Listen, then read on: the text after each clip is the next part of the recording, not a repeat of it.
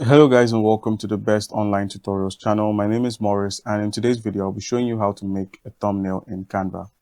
Alright guys, making a thumbnail is quite easy. You first need a Canva account, so make sure you've signed up to Canva, and then once you've signed up, sign in, and this is what your panel should look like. We have the home screen here. Once you're on here, click on home, then go ahead and click on template and type in thumbnail. You'll then be bombarded with thumbnails from Canva, the free options and the premium options. So in this video, I'll be going with a premium option for my tutorial. So just go ahead and click on any of the thumbnails you find. So once you selected a thumbnail, go ahead and click on customize this template. So it's going to open up in a new tab. Once it has opened up in a new tab, you can then begin designing it.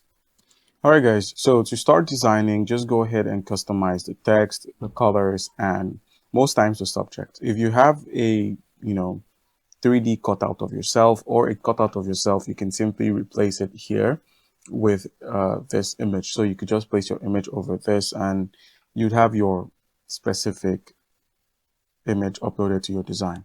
Then I'm just going to go ahead and customize this text and change the color. In order to change colors, just click on the background, click on the color wheel here that says background color. It's currently set to a gradient, so you can just simply scroll through and select a different gradient for the background. I went with this dark to gold kind of gradients, and then we can now simply customize the text to reflect what we want. So I'll just go ahead and delete this and then just keep it on best. And then you can now rearrange the text, or rather the element within the thumbnail. And now we have the best fonts and a shocked expression.